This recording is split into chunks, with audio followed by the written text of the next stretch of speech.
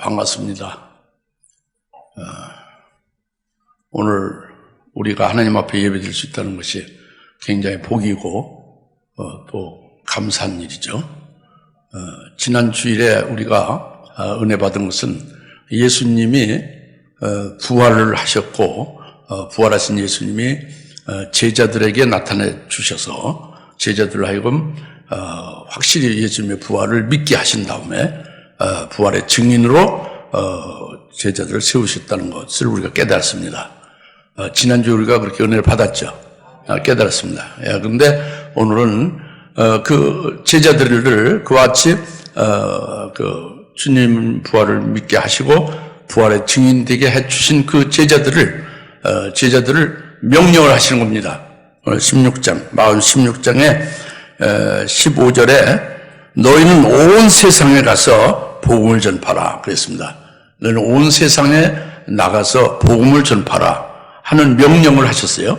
그리고 또 함께 믿고 침례를 받는 자, 믿고 세례를 받는 자들은 구원을 받는다 이렇게 말씀을 했습니다. 그래서 오늘 그 당시에 있는 예수님의 제자들에게 이 명령하신 것이 사실인데 제자들에게만이 아니라 그 당시 제자들에게만이 아니라 오늘날 예수 믿는 우리들에게 이 똑같이 명령하셨다는 것, 오늘 나와 여러분에게 명령하셨다는 것을 이걸 믿으셔야 됩니다. 주님이 명령하신 거예요. 뭐냐? 온 세상에 나가서 복음을 전파하라는 거죠. 이것을 명령을 하신 겁니다. 분명히. 우리가 입 다물고 가만히 있으면 안 되고 복음을 전파를 하라는 주님의 아주 그 엄격한 명령이죠. 또 하나는 믿고 세례를 받는 자는 구원을 받는다. 믿고 세례나 침례나 같은 말이죠. 믿고 침례를 받는 자는 구원을 받는다. 이 말씀을 이제 오늘 주님 하신 것은 우리가 믿고 세례를 받아야 되는 거예요. 믿고 세례를 받아서 구원을 받았거나 또 구원을 받을 자가 되어야 되겠죠. 할렐루야. 그래서 오늘 이 말씀을 주님이 우리에게 주시는 명령으로 받고 또 주님이 우리에게 믿고 세례를 받으라는 것은 우리 교인 중에 세례 안 받은 사람이 없잖아요. 그런데 우리 교인 중에 예수를 안 믿는 사람이 없잖아요. 그런데 여기서 믿고 세례를 받은 자가 구원을 받는다는 것은 이것은 과연 세례를 다 받았는데 구원 다 받았는데 그게 무슨 말씀이냐 생각할 수 있죠. 그렇게 간단한 말씀이 아니란 말이에요. 주님 하신 말씀은 이 구원이 뭐며 믿고 세례를 받는다는 것이 뭐며 이런 것을 확실히 할 때에 겉으로 세례를 받았어도 세례는 받긴 받았어도 실제로 구원에 이르지 못하는 자가 있을 수 있습니다. 그 구원은 어떤 구원이냐 또 이제 쭉 나오죠. 오늘 말씀을 통해서 이를 깨달으시고 확실한 구원받은 자와 구원받을 자 되시길 바라고 그리고 주님이 말씀 복음을 전파라는 명령으로 믿음을 받으시길 바랍니다. 그래서 남은 여생에 1년을 살지 10년을 살지 50년을 살지 모르지만 우리가 주님의 명령하신 것을 받들어서 그것을 믿음으로 우리가 복음을 전파한 그대로 이 주님께서는 그것에 대해서 심판하시고 그것에 대해서 칭찬하시며 우리에게 이제 세마실 겁니다. 할렐루야. 오늘 말씀을 잘 이제 중심으로 이제 잘 주님께로부터 받은 말씀을 명령으로 잘 받으셔야 되고 잘 깨달으셔서 우리가 복된 삶이 될 수 있기를 바랍니다. 먼저 이 15절에 또 주께서 그들에게 말씀하시기를 너희는 온 세상에서 모든 피조물에게 복음을 전파하라 그랬잖아요. 그래서 또 주께서 그들에게 말씀하시기를 그랬어요.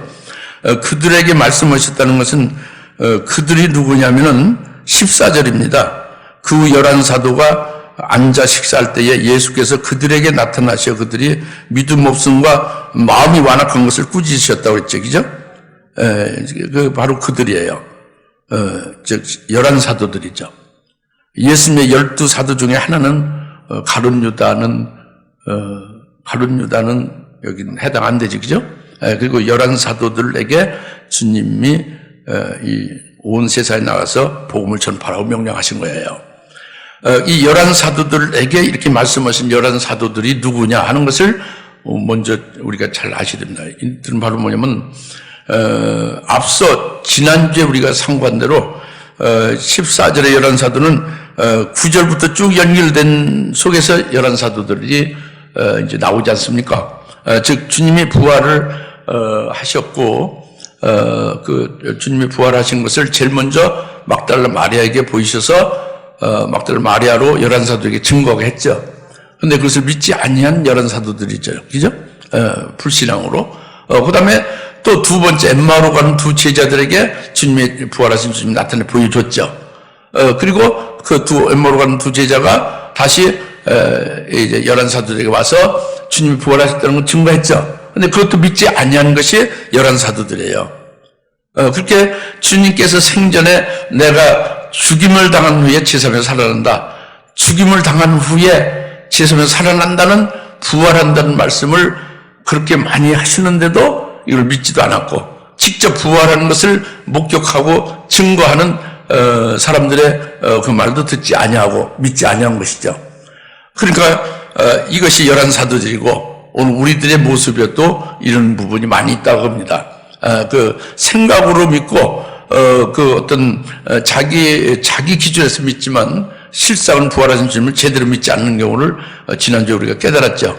그래서 11사도들이 이와 같이 믿지 않았는데 주님의 죽으심을 믿었지만 주님의 부활하심을 믿지 않았는데 이들은 주님이 어떻게 하셨느냐? 처음에 3년 전에 이제 3년 전에 제자로 불렀잖아요. 주님이 제자로 일일이 불렀어요. 그래 11사도는 주님이 부르신 제자들입니다. 제자들인데 3년 전에 가르쳤죠.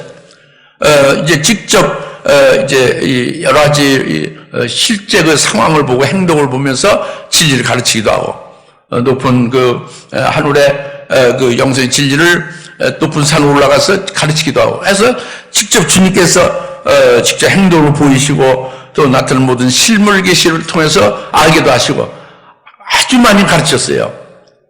그리고 그걸 주님을 보면서 그 깨달을 수 있게 했습니다. 그럼에도 이들이 어느 건 믿고 어느 건 안 믿는 거예요. 믿긴 믿어도 온전하게 믿지는 않는 거죠. 항상 별명이 많고 이유가 많고 어떤 아주 그 순수하게 믿고 절대적으로 딱 믿는 게 없었던 거예요. 그런데 이와 같은 제자들 우리들 똑같습니다. 근데 이 제자들 11제자들을 주님이 부르셔서 이렇게 쭉 가르치고 그들에게 주님의 제자로서 세우는 일을 하셨죠. 그러다가 십자가에 죽임 당하셨잖아요. 그리고 부활하셨지 않습니까? 그리고 부활한 것을 직접 나타내 보여주셨죠. 그래서 보고 믿게 한 거예요.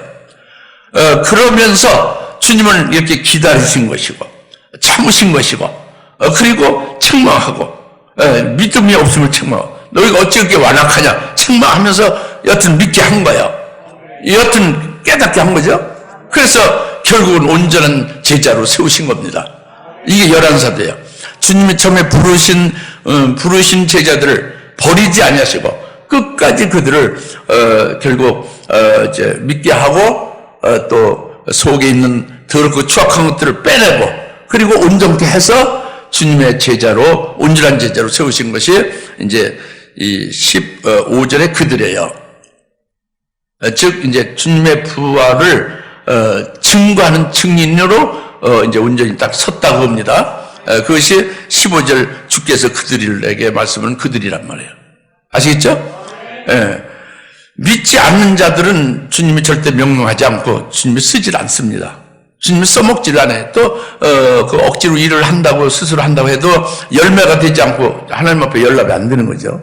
그러니까 주께서 그들에게 말씀하신 그들은 주님의 온전한 제자로 세우시고 주님의 부활을 믿고 부활의 주님을 증거할 수 있는 자리에 쓴 그들에게 말씀하기를 너는 온 세상에 가서 모든 피조물들에게 복음을 전파하라 그랬죠.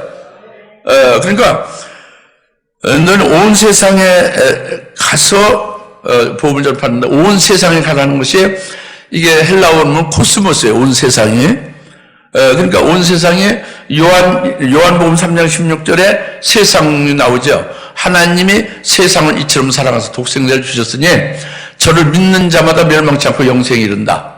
근데 하나님이 세상을 사랑하는 세상은 그러니까 독생자를 줘서 영생케 하는 그 세상이잖아요. 일반 이런 개념의 세상이 아니고 인격체잖아요. 하나님의 자기 백성들을 말하죠. 요한복음 3장 16절 세상에 바로 이것이 그겁니다. 15절에 너는 온 세상에 가서는 온 세상 일반 이 세상을 말하는 게 아니에요. 인격체를 말하는 거죠. 그 하나님의 자기 백성을 말하는 거예요. 그들 몸속에 하나님의 아들의 영이 있는데 마귀에 속해서 마귀의 종로를 타면서 불순종의 아들들로서 죄 가운데 사는 거죠. 그래서 하나님도 모르고 예수도 모르고 사는 그들이 세상이란 말이에요. 온 세상. 이 온 세상, 그 사람을 말하는 거예요. 그래서 하나님의 아들의 영이 있는 자들을 말하는 거예요. 이들이 온 세상입니다. 믿으십니까? 이성적으로는 일반 세상을 말하는데 일반 세상을 말하는 게 아니란 말이에요. 예수님의 제자들을 보내는 것은 그 구원을 시킬 해당자들에게 복음을 전파하게 하시는 거예요. 그러니까 온 세상은 그러니까 그 하나님이 그들을 위해서 예수님이 피 흘려 죽으신 그 자기 백성들을 말하는 것이고 그들에게 예수님의 제자를 보낸 거예요. 그래서 그들에게 복음을 전파를 했습니다. 그래 실제로 우리가 잘 생각해 보면 이 사람들이 많이 있지 않습니까? 이 사람들 많은 사람 중에 예수 안 믿는 사람이 많이 있지 않습니까? 그 예수 믿지 않는 많은 사람 중에 그들 속에 하나님의 아들의 영이 있는지 아니면 지옥 갈 불택자인지를 우리가 어떻게 알아요? 알 수가 없죠. 우리는 봐도 알 수가 없습니다. 아무리 신통방통해도 그 사람이 그 속에 하나님의 아들의 영이 있어서 하나님의 자기 백성인지 아니면 지옥 갈 불택자로서 그 하나님의 아들의 영이 없는 자인지를 알 수가 없다고 합니다. 그냥 겉으로 보는 사람에 불과하죠. 그죠? 그렇기 때문에 주님은 복음을 전파하는 것이죠. 복음을 전파하면은 그 복음을 듣고 그 속에 하나님의 아들의 영이 있는 하나님의 자기 백성들은 복음을 듣고 믿게 된다고 그러죠. 예수 믿는다. 그 속에 하나님의 아들의 영이 없는 자들은 예수를 안 믿는 거예요. 복음을 듣지 않는 거죠. 그러니까 우리는 겉으로 알 수 없고 그들이 하나님의 택병 자기 백성인지 알지 못하지만 주님이 명령하신 명령에 복음을 전파를 하라고 하는 말씀을 순종해서 복음을 전파하게만 되면은 그 복음을 들은 자 중에 하나님의 자기 백성들, 하나님의 아들의 영 있는 그와 같은 구원될 자들은 꼭 복음을 듣고 예수를 믿게 돼 있다고 합니다. 회개하게 돼 있다고 해요. 그래서 사도행전 13장 48절의 말씀도 영생을 주시기로 작정한 자는 다 믿더라. 할렐루야. 영생을 주시기로 작정한 자는 속에 하나님의 아들의 영이니까 하나님의 생명이 있는 거죠. 예수님이 그들을 위해 피를 흘린 자가 영생을 주시기로 작정한 자들이죠. 그러나 지금 마귀의 종로 타고 불순종의 아들들 가운데 죄 가운데 살고 있는 그런 불신자잖아요. 근데 그들이 복음을 들을 때에 영생을 주시기로 작정한 자는 복음을 믿고 회개하고 그리고 예수를 구주를 영접하더라 그겁니다. 사도행전 13장 48절에. 할렐루야? 그러니까 아무리 복음을 듣고 아무리 권면하고 아무리 열심히 그 인도해도 그 속에 영생을 주시기로 작정한 자가 아니면은 하나님의 아들의 영이 아니면은 그들은 믿지를 않는 거예요. 믿는 척하지만 믿지 않는 거죠. 결국은 멸망으로 끝나게 되고 마는 것입니다.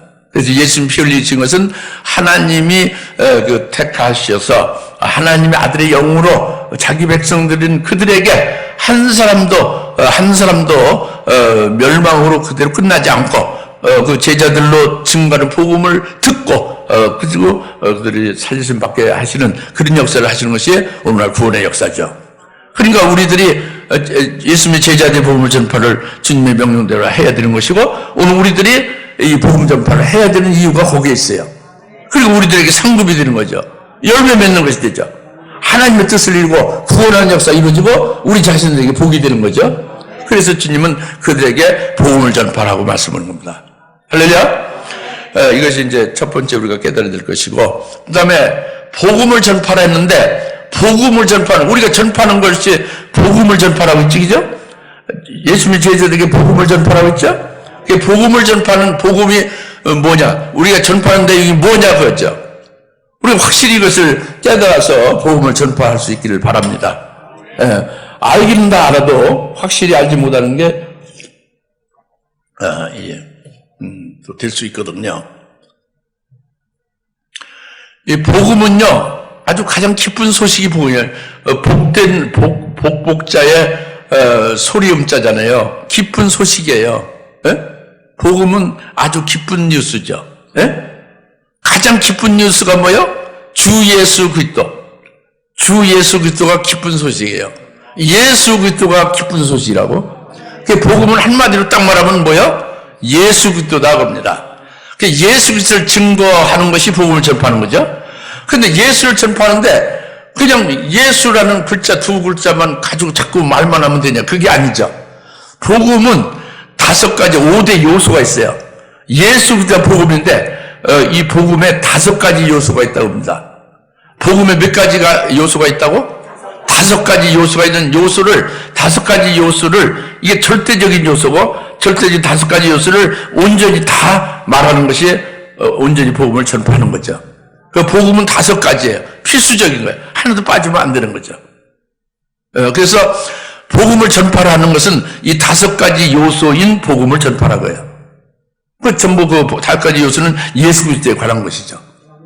그러면 5가지에 대한 그 복음을 전파하는 5가지에 대해서 우리가 전파하는 것을 이제 해야 되는데 그에 대해서 말씀을 드리겠어요. 복음의 제일 첫 번째 요소는 뭐냐면 동정녀 탄생이에요. 복음의 첫 번째 요소가 뭐라고? 동정녀 탄생입니다. 다 같이 동정녀 탄생 해보시죠. 동정녀 탄생이 복음이다. 동정녀 탄생이 복음이다. 예, 이게 동정녀 탄생이 복음입니다. 이 동정녀 탄생이 복음이라는 것은 뭐냐면 태초에 말씀이 계시죠. 태초에 말씀이 계세요. 태초에 말씀이 계신데 그 말씀이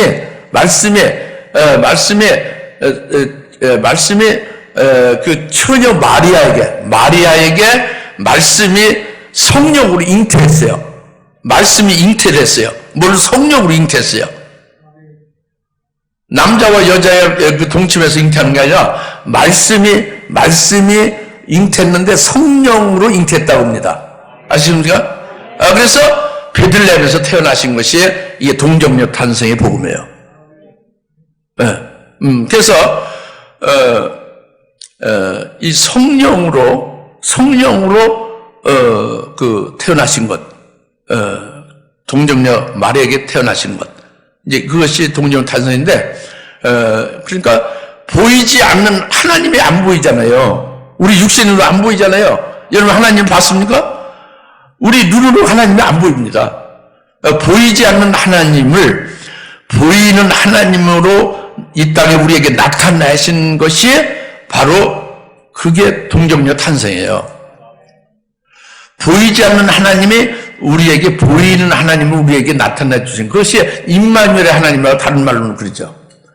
하나님이 우리에게 나타나셔서 우리가 볼 수 있고 만질 수 있고 직접 우리가 그와 대화할 수 있고 그분과 함께 살 수 있는 것이 그분이 동정녀 탄생하신 분이에요. 할렐루야. 그래서 그분은 그 동정녀 탄생하신 그 예수 그리스도죠. 예수 그리스도는 성령으로 잉태해서 육신을 입고 태어난 육신을 성령으로 입고 태어났기 때문에 그분은 성령으로 육신을 입고 태어났기 때문에 죄가 없는 분이에요. 의롭고 거룩한 분이죠. 다시 말하면 아담의 후손으로 나지 아니한 거죠. 모든 인류는 아담의 후손이에요. 아담이 인류의 시조고 아담에 의해서 생육 본성에 의하여 우리 인간이 이렇게 있는 거죠. 근데 예수님은 이 아담의 후손의 생육 본성의 법에 의해서 태어난 게 아니에요. 예수님은 이 굉장히 중요한 거예요. 예수님은 여인의 후손으로 태어난 거죠. 아담의 후손이 아니고 아담의 씨가 아니에요. 태초에 말씀이 씨고 성령으로 하여 태어나신 거죠. 잉태해서 태어나신 거죠. 그렇기 때문에 그는 의인이고 죄가 없는 의인이고 그리고 그 하나님의 아들이고 그는 그리스도가 되시는 거죠. 이것이 동정녀 탄생임을 우리가 믿는 거예요. 이게 우리가 이 동정녀 탄생을 믿고 믿음으로 바로 동정녀 탄생하심을 증거하는 게 이게 복음입니다. 이 동정녀 탄생을 증거하지 않으면 복음이 빠진 거예요. 제일 첫 번째 절대적인 요소가 빠진 거죠. 그러니까 그러면 안 되는 거예요. 복음을 전파하는 온전한 복음을 전파하는 게 못 되는 거죠. 그래서 제일 첫 번째가 동정녀 탄생입니다. 이것을 증거하는 거죠. 잘 깨달아집니까? 우리 동정녀 탄생을 이건 뿌리 아주 근본이고 첫 출발입니다. 이게 빠지고 그냥 주님의 재림하실 때 그 주님이 어디 허공의 주님입니까? 근거가 없고 뿌리가 없으면 안 되지, 그죠? 그래 동정녀 탄생의 복음의 아주 제일 절대적이고 제일 첫 번째 첫째 요소예요. 할렐루야. 이게 굉장히 중요합니다. 이걸 우리가 믿어야 되고 믿음으로 믿는 건 성령에 의해서 믿게 하신 거죠. 또 이걸 증거하는 것이 복음이에요. 그다음 두 번째는 예수님이 십자가에 죽으셨다는 게 복음이에요. 어떻게 십자가에 죽은 게 사람이 죽은 게 왜 복된 소식이냐? 그럴지 모르지만 예수님이 동정녀 탄생으로 예수님은 바로 죄가 없는 분이라고 했잖아요. 죄가 없고 의로우시고 거룩하신데 왜 십자가에 죽어야 돼요? 이게 복음이라고. 왜 십자가에 죽느냐? 그가 죄가 없는데 십자가에 죽었다고 해요. 그가 의롭고 거룩하신데 십자가에 죽었다고 그죠? 그가 하나님인데 십자가에 죽었다고 해요? 그럼 그는 그의 죄로 죽은 게 아니다. 바로 예수님이 십자가에 죽으셨다는 것이 복음의 두 번째 요소인데, 이거는 그분이 나를 위해서 나를 구원하시기 위해서 대신 죽으신 거다. 나는 죄인이고 내가 죄로 인해서 내가 죽을 것을 예수님 대신 대속 제물이 돼서 대신 죽으신 거다. 그러니까 그게 복음이 되는 거예요. 예수님이 십자가에 죽은 게 복음이 되는 복된 소식은 그가 죽으심으로 말미암아 대속 제물 되심으로 말미암아 나의 죄를 없애줬다 해요. 내가 죄가 없어지고 죄가 완전히 사함을 받게 됐으니까 하나님 앞에 죄 때문에 못 나가거든요. 죄는 그냥 하나님 앞에 멸망이거든요. 근데 죄를 없애준 예수님이 죽으심, 십자가에 대신 죽으심으로 말미암아 내 죄를 없애 주시고 죄에서 나를 완전히 벗어나게 해주셨으니까 죄 없는 자로 의롭다 인정을 받은 하나님의 그렇게 칭함을 받은 자가 됐으니까 하나님 앞에 나갈 수가 있는 거죠. 하나님 앞에 대면할 수 있고 하나님 앞에 직접 직구할 수 있고 기도할 수가 있고 하나님의 은혜를 받고 하나님의 응답을 받고 하나님과 영적 교제가 가능한 자가 되는 거예요. 하나님과 화평을 누리게 되는 거죠. 이 예수님이 죽으심으로 죄를 없이 하심으로 그 예수님이 죽으셨다는 게 복음의 두 번째 요소입니다. 이것이 빠지면은 절대 복음의 온전한 복음 증거가 안 되는 거죠. 온전한 복음이 아닌 거예요. 아시겠습니까? 그러니까 예수님의 십자가의 죽으심이 얼마나 우리에게 복된 소식이냐, 이것이 복음이다 봅니다. 그 다음에 세 번째 복음의 요소는 예수님이 부활하셨다는 게 복음이에요. 예수님이 살아나는 것, 그 복된 소식이죠. 죽었던 자가 살아나는 것보다 더 기쁜 소식이 어디 있어요?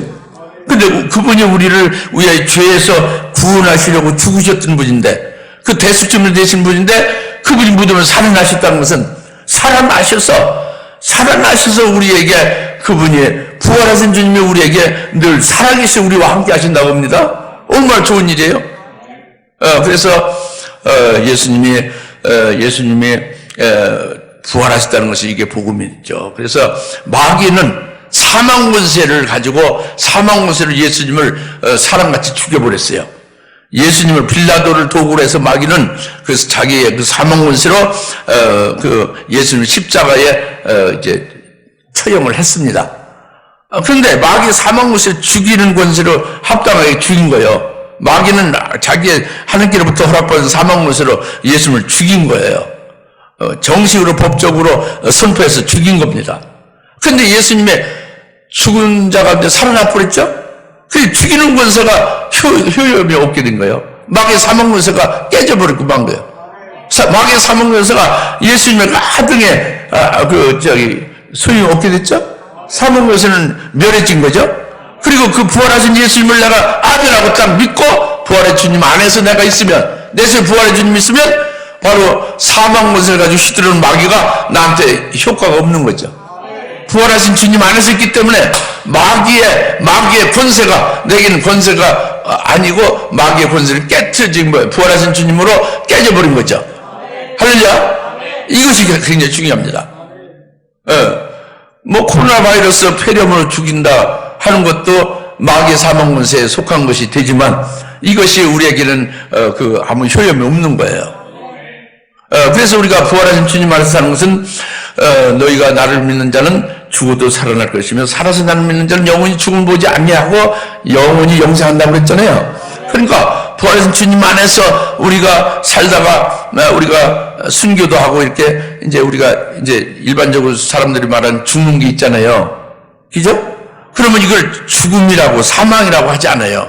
부활하신 주님 안에서 사는 자가 순교하게 되면 그걸 죽음이라고 하지 않고 지난주에도 말씀했지만 잔다고 하죠. 쉰다고 하죠. 죽음은 없는 거예요. 마귀의 사망 권세, 죽이는 권세가 우리에게 죽음으로 가져오는 것은 없는 거라니까. 그러니까 이게 인간적인 사상과 성경으로 하나님이 하실 말씀으로 차이가 거기 있는 거예요. 사람은 병들어 죽고 교통사고 나서 죽고 절벽에 떨어져 죽고 그 코로나 바이러스 폐렴에 죽고 죽는다는 거잖아요. 또 순교해서 죽는다는 거죠. 그런데 하나님은 스데반이 돌 맞아 잠이라고 했잖아요. 예수 증거 하나님 말씀을 해서 목배임 받은 자들이 잠시 쉴 때까지 너희는 기다리라 그랬죠? 쉰다고 그랬죠? 요한계시록 6장 9절, 요한계시록 6장 9절부터 11절에 쉰다고 그랬잖아요? 순교한 자들이. 그리고 데살로니가서 5장에 잠자는 자들이 이제 사람이 죽으면 잠자는 자들이라고 하고 그 잠자는 자들에 대해서 슬퍼하지 말아야 된다. 예? 그게 말씀했잖아요. 잠자는 자 반드시 부활하겠다. 잠잤다가 부활한다. 예? 그래서 살아남아있는 자도 그날에 휴거로 해서 주님을 공중에 영접도 하고 이렇게 한다고 했죠? 데살로니가서 4장에, 그죠? 그러니까 죽음이라는 게 없는 거예요. 그러니까 주님이 부활하시는 게 복음이에요. 복된 소식이죠. 복음의 세 번째 요소죠. 부활한 주님 안에서 죽음이 없는 거예요. 그러니까 죽음이 없으니까 두렵지도 않고 염려가 안 되죠. 그리고 하나님께 영광을 돌리는 최고의 우리의 마지막 순간이 뭐냐? 순교로서 하나님 앞에 영광을 돌리는 게 최고 큰 거죠. 그것을 소망하는 것이죠. 이게 부활하신 주님 믿으니까. 그리고 이 부활하신 주님 믿고 이 주님을 증거한단 말이에요. 부활의 주님 증거한다. 이게 복음의 세 번째 요소입니다. 동정녀 탄생이 됐다는 게 복음이고, 예수님이 죽으셨다는 것이 복음이고, 또 예수님이 부활했다는 게 복음입니다. 할렐루야. 그 다음에 네 번째 복음의 네 번째 요소가 철저히 필요한 것은 예수님이 부활하신 다음에 이 땅에서 지금 계신 게 아니라 하늘로 승천했죠. 그래서 사도행전 1장 11절에 사람들이 예수님이 승천하는 걸 바라보죠. 그러니까 그 천사들이 말하죠. 너희가 지금 뭘 쳐다보느냐? 지금 하늘로 올라가신 그 예수님 그 모습 그대로 다시 오시리라. 할렐루야. 주님이 승천하신 걸 봤죠. 승천한 걸 보고 승천한 주님을 다 보고 아쉬워하니까 승천한 주님 다시 오신다는 거잖아요. 네, 그래서 여기서 승천하는 것이 먼저 있는데, 승천은 예수님이 이렇게 존귀하게 됨을 말하는 거예요. 예수님이 이렇게 아주 귀하게 되신 거죠. 예수님이 승천해서 어디 계시냐? 딱 보좌에 좌정하신 거예요. 하나님 보좌 우편에 그 보좌에 영광 중에 좌정하십니다. 할렐루야. 그래서 보좌에 좌정하신 예수님은 승천하셔서 하나님 보좌 우편에 그 보좌의 그 영광 중에 이제 좌정하신 예수님은 그 예수님의 이름으로 하늘에 있는 모든 피조물, 땅 위에 있는 모든 피조물, 땅 아래 있는 모든 피조물에 그 예수님의 이름 앞에 전부 그냥 다 무릎을 딱 꿇는 거예요. 그 예수 이름 앞에 전부 다 굴복하는 거죠. 그러니까 얼마나 존귀하십니까? 이게 승천의 의미예요. 예수님 승천하셔서 존귀하고 귀하신 분으로 그렇게 계시고 우리의 통치자가 되신다. 우리의 왕이 되신다. 영적 왕이 되시고 통치자가 되신다 하는 것이 승천하시는 것이 이게 복음입니다. 이것이 꼭 증거돼야 돼요. 승천하는 보좌편에 지금 우리의 왕이 되셔서 통치하신다는 거. 우리 직접 우리를 관계하신다는 거. 할렐루야? 예. 그리고 이제 다섯 번째 마지막으로 복음의 다섯 번째 요소가 뭐냐면 아까 말씀대로 너희가 지금 하늘로 올라가신 예수를 너희가 본 그대로 예수님 다시 오시려고 그랬죠. 그게 재림하시는 걸 말씀해요. 주의 재림은 복음의 절대적인 요소예요. 주의 재림을 빼놓으면은 복음이 온전한 복음이 안 되는 거죠. 예.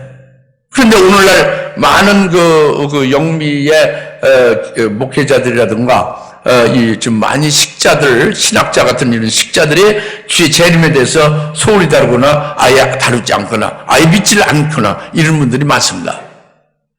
한국교회도 그저 주의 재림에 대해서 말로만 하지 실제로 재림에 대해서 믿지 않는 분들이 상당히 많다고 봐요.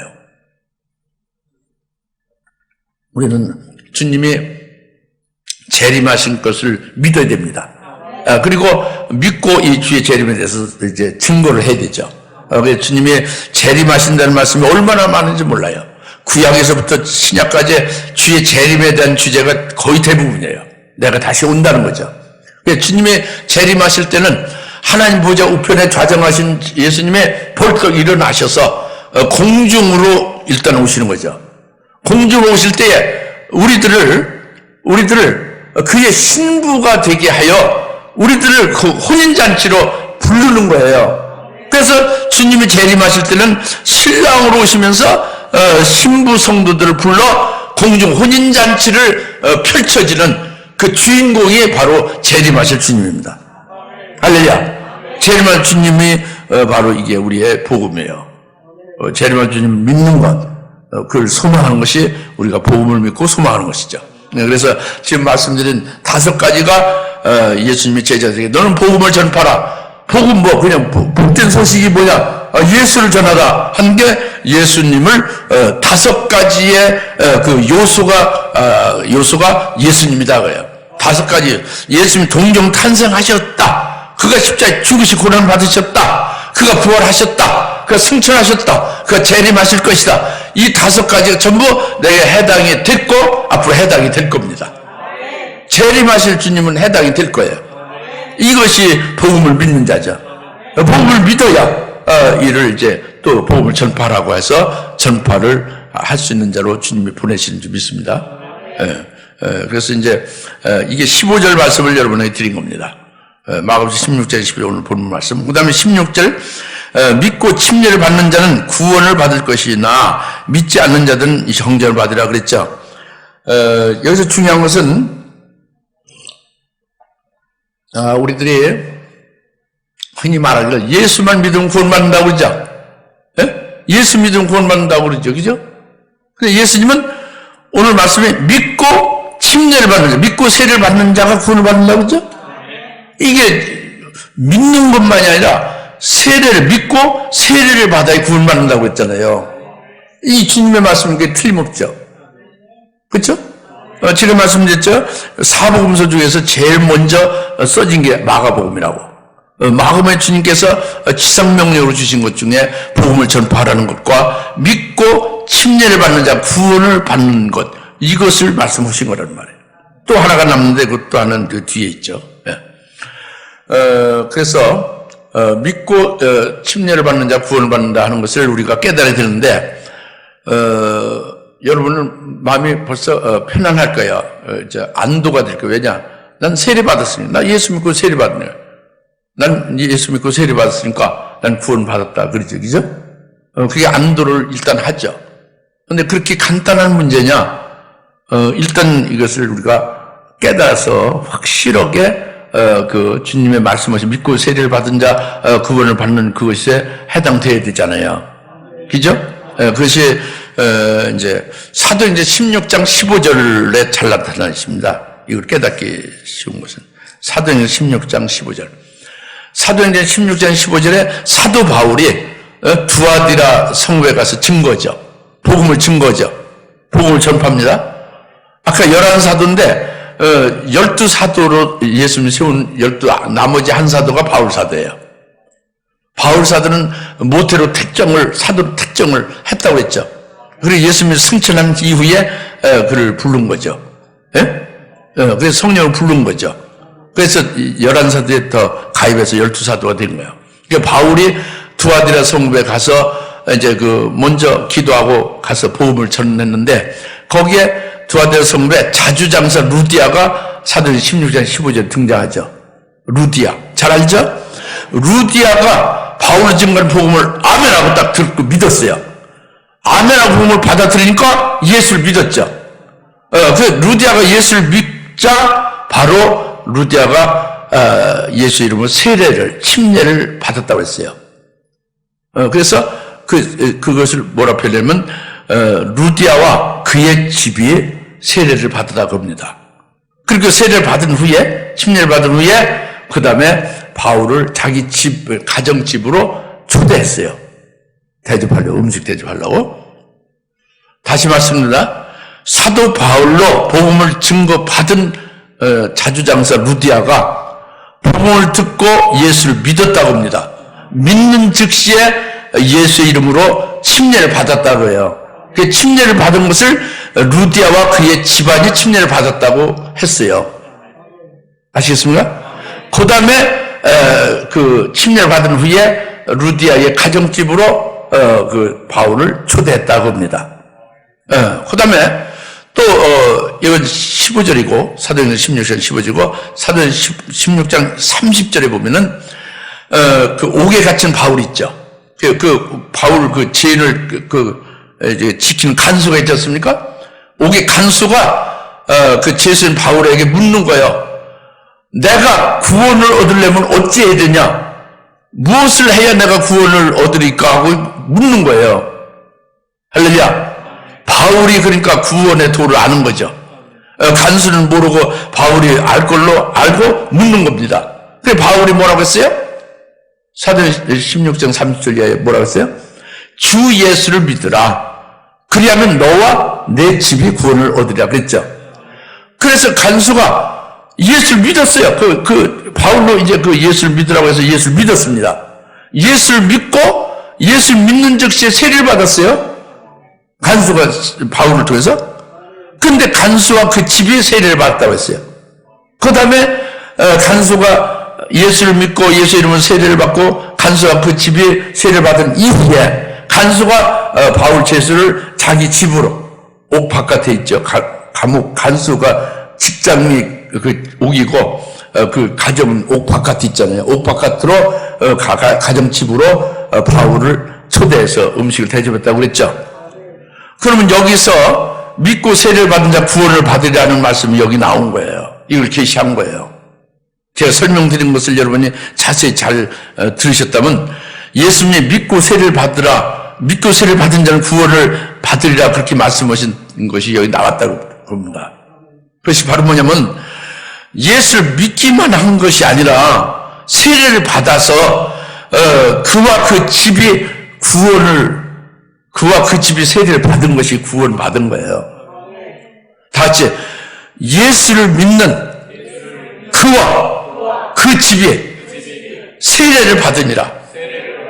이것이 믿고 세례를 받은 자가 구원을 받은 것이다. 그러면 믿고 세례를 믿고 루디아와 그 집이 세례를 받은 것이 루디아의 가족이 세례를 받았던 얘기예요. 루디아에 속한 집이 세례를 받았던 얘기예요. 간수가 예수 믿고 세례를 받은 거요. 간수뿐만 아니라 간수의 가족들도 세례 받았던 얘기예요. 그건 모르고요? 같은 의미요. 간수가 예수를 믿고 세례를 받았다는 얘기를 간수와 그 집이 세례 받았다고 합니다. 그게 성경이고요. 그게 예수님 말씀을 믿고 세례 받은 자 구원을 받았다는 뜻입니다. 여러분들이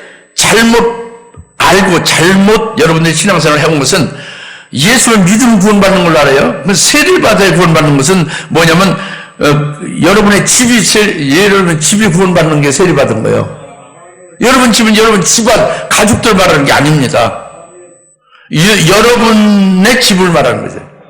그러니까 다시 말하면 이제 루디아와 간수의 그 영혼이 구원받은 거죠. 그리고 세례를 받음으로 루디아의 그 몸이 구원받은 거죠. 루디아뿐만 아니라 간수의 영혼도 구원받고 간수의 몸이 구원받은 거죠. 그 몸이 구원받은 건 뭐예요? 그 간수가 몸이 구원받은 건 뭐예요? 영혼 구원받은 건 뭐예요? 영혼 구원받은 것은 예수 피로 제사를 받고 그리스도의 부활로 말미암아 사망원에서 벗어남 받고 이런 구원을 받은 거죠. 그 집이 구원받은 것은 간수 집이 구원받았다. 간수의 몸이 구원받았다는 것은 간수가 합당한 환경에서 있는 몸이에요. 구원받은 간수의 몸이 되면은 합당한 곳이 아닌 데는 있지 않는 몸이에요.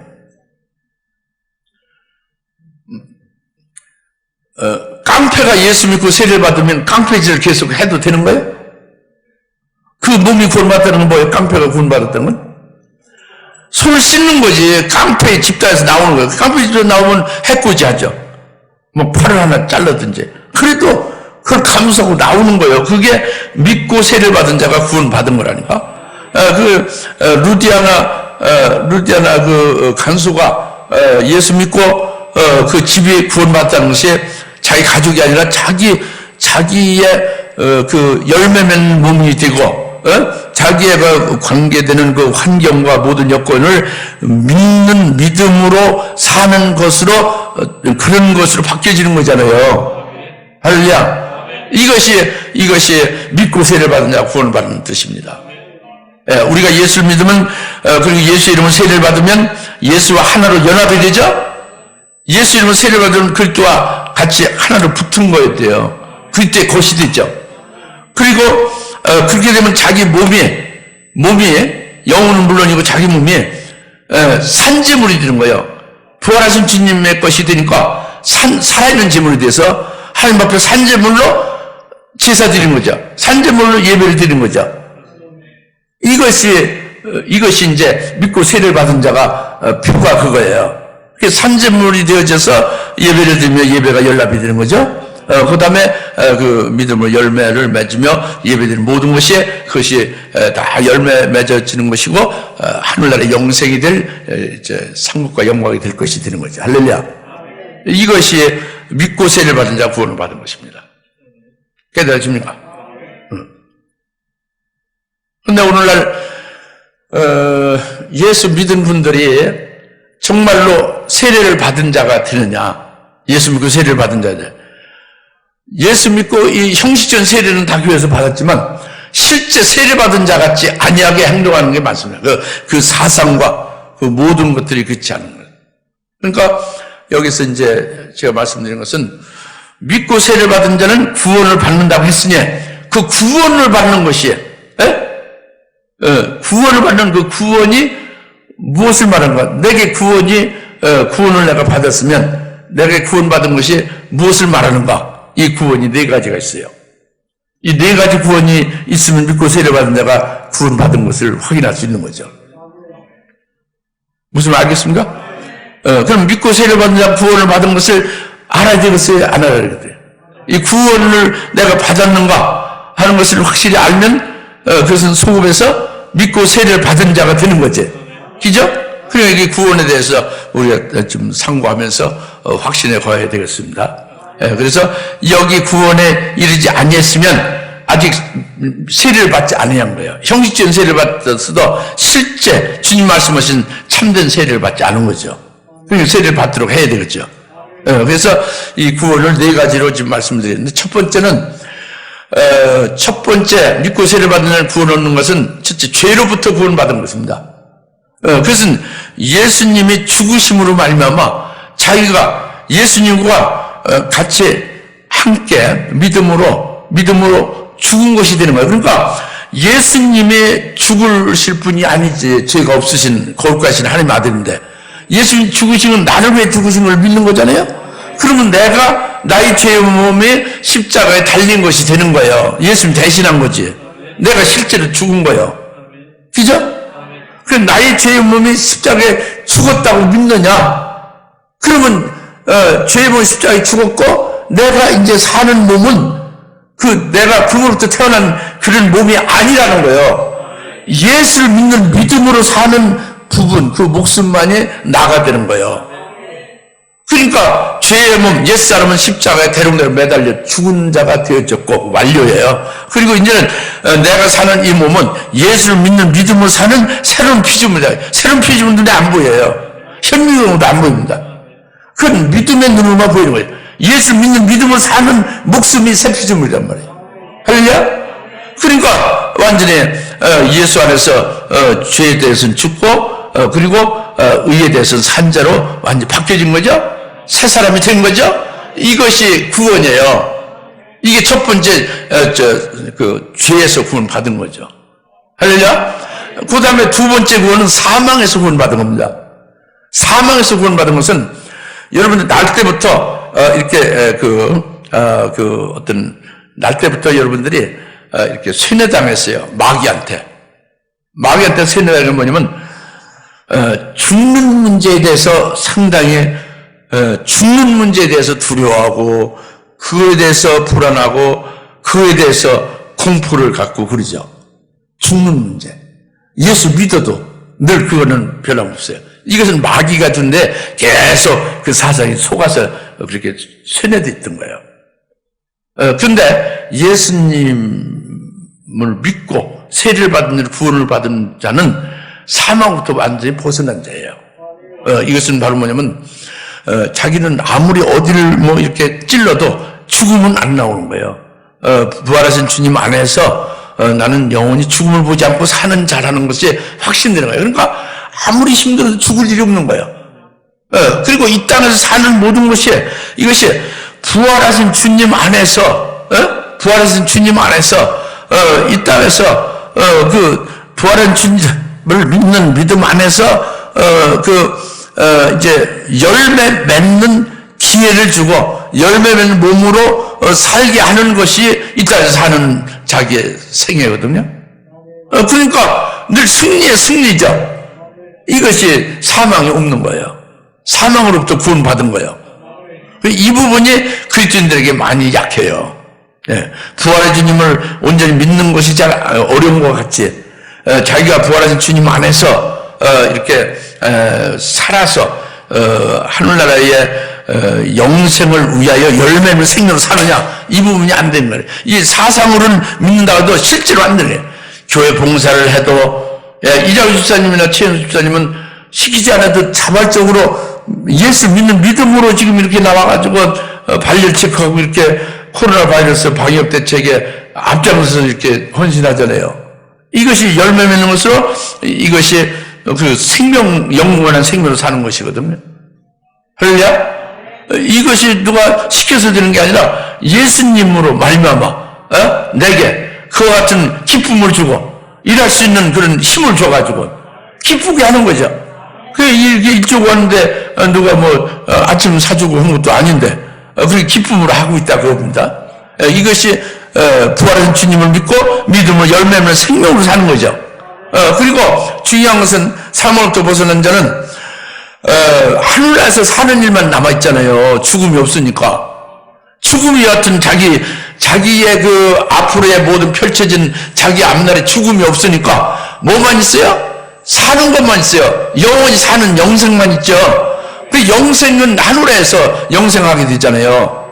이 땅에서 영생하는 게 아니라. 근데 하늘나라에서 영생하는데 하늘나라에서 그 영생이라는 것이 죽지 않고 사는 게 영생이 아니거든. 이 땅에서 이 땅에서 행복하게 누리며 사는 것이 금생이듯이 하늘나라에도 하나님이 주신 영광을 받아서 그 영광을 하나님이 주신 기업을 받아서 그 영광과 기업으로 열매 맺는 삶을 사는 것이 이것이 영생이거든요. 할렐루야? 그러면은 이 영생으로 사는데 하늘나라 영생으로 사는데 하늘나라의 그 영광 중에 가장 큰 영광이 있을 거 아니에요. 부활을 하게 되지만 더 좋은 부활도 있지 않습니까? 하늘의 최고의 영광, 최고의 하늘나라의 복된 기업이 영적인 눈으로 보이겠어, 안 보이겠어요? 사망이 없는 자, 부활하신 예수님 안에 사는 자는 이 하늘나라의 최고의 영광이 보이는 겁니다. 그러니까 더 좋은 부활의 영광이 보이는 거예요. 첫째 부활의 영광이 보이는 거죠. 첫째 부활의 영광을 보고 그것을 하나님이 내게 주신다는 걸 믿고 믿음으로 그 첫째 부활의 영광, 더 좋은 부활의 영광을 위하여 믿음으로 달려가지 않습니까? 이것이 사망이 없는 자의 표예요. 지금 믿고 세례 받은 자의 표입니다. 여튼 사망이 없는 것, 부활하신 주님 안에서 사망으로부터 구원받은 것, 이것이 그래서 중요한 거예요. 죽은 자를 부활로 받은 자는, 부활의 주님 믿는 자는 더 좋은 부활을 사모하여 악형을 받되 구차히 면치 않는다. 톱으로 켜임을 받아도 기쁘게 켜임을 받고 칼로 배임을 받고 그렇게 한다 그겁니다. 히브리서 11장 35절. 할렐루야. 이것은 사망으로부터 구원받은 거예요. 그 다음에 세 번째로는 이 세상으로부터 구원받은 겁니다.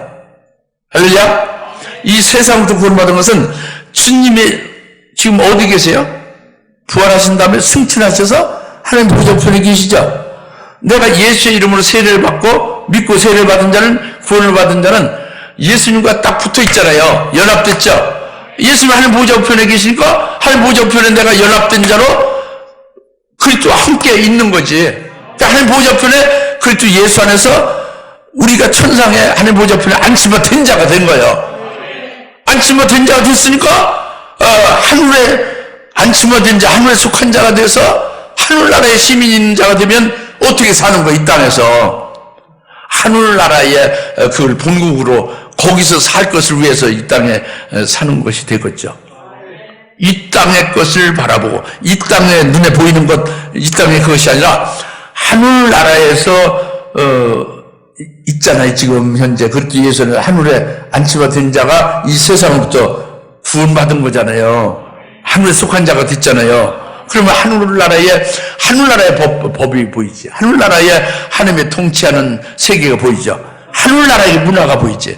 그래, 하늘나라의 법이나 하늘나라의 문화나 하늘나라의 환경이나 하늘나라에서 되어지는 것들이 보이고 그것이 친숙하고 그것이 더 이제 적극적이 되는 거예요. 그러니까 항상 말하는 게 하나님 나라를 말하고 하나님의 의를 말하지, 이 세상의 나라, 이 세상의 의, 이 세상에서 뭘 어떻게 선을 행하고자 이런 것이 아니라 하나님의 나라와 하나님의 의, 하나님의 법, 하나님이 하시는 하나님의 뜻, 이것이 늘 우리 눈에 보이고 그것으로 우리가 살고 그것을 위하여 기도하고 그것을 향하여 나간다고 합니다. 너희는 무엇을 먹을까 마실까 입을까 염려하지 말라는 거잖아요. 오직 하나님의 나라와 의를 구하라고 그랬잖아요. 이것이 이 세상에 속하지 아니하고 세상으로부터 구원받은 그리스도 예수 안에서 하나님 보좌편에 안침받은 자가 되니까 하늘나라에 속한 자로서 여러분의 사상이 확 바뀌는 거지. 하나님의 법이어야죠. 세상의 법은 잘 알고 하늘의 법을 모른다. 이것은 아직 구원받지 못한 거예요. 세상부터 구원받지 못한 거예요. 예? 하늘나라의 하나님의 뜻이나 하나님의 의나 하늘나라의 문화가 친숙하지 않고 컴퓨터나 하고 여러 가지 세상 문화나 여러 가지 세상의 좋은 것들로 여기에 박식하고 여기에 익숙하고 여기에 여러 가지 관심이 많으면 이건 아직 믿고 세례를 받는 자 구원받는다. 이 구원이 해당이 안 된 거지. 아멘이 없네. 이게 아멘이 돼야 돼요. 이게 믿고 세례를 받는 자 구원받는다는 뜻을 아시겠습니까?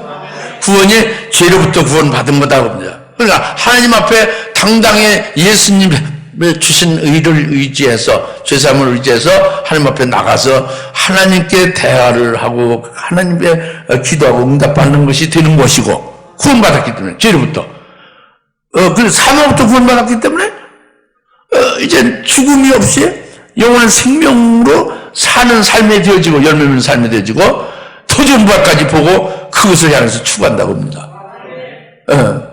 그리고 이 세상부터 구원받았기 때문에 하나님 보좌편에 안침받은 자로서 하늘나라에 속한 것으로 거기에 모든 것을 두어지고 이 땅에서 그 하늘나라에 속한 삶으로 살아가야 된다고. 이 땅에 있지만은 하늘나라에 속한 자로 살아가야 된다고 합니다.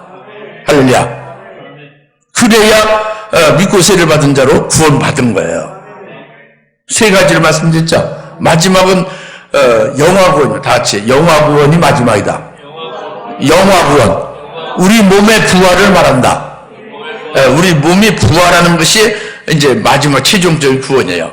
믿고 세례를 받은 자는 구원을 받으라. 바로 그 구원이 몸의 부활이 그 영화구원입니다. 그러니까 로마서 8장 23절에 우리 몸의 구속을 기다린다고 했죠. 우리 몸이 구속되는 것, 우리 몸이 구원되는 것은 바로 부활이에요.